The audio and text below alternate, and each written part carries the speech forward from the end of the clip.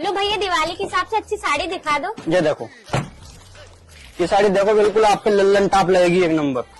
ये देखो, ये साड़ी पसंद आई भैया मुझे। ये कितने की है? 1500 रुपए की लग जाएगी आपके लिए। 1500? इतनी महंगी?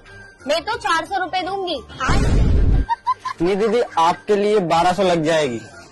400 रुपए? नहीं दीदी, इतना नहीं हो पाएगा। ऐसा करो, आपके लिए 1000 फिक्स। 400 रुपए? या दीदी ऐसा मत करो, 10-20 रुपए का धंधा है, 10-20 रुपए मिलते हैं हमें। 400 रुपए? ऐसा करो, तुम्हारी ना मेरी 800 रुपए। 400 रुपए? 600। 400 रुपए बस। चलो ठीक है। एक ब्लेंडर की बॉटल दे दो। भैया कितने रुपए की है? 800 की। मैं तो 400 रुपए दूंगी। भैया 400 रुपए दूंगा। भाग यहाँ से।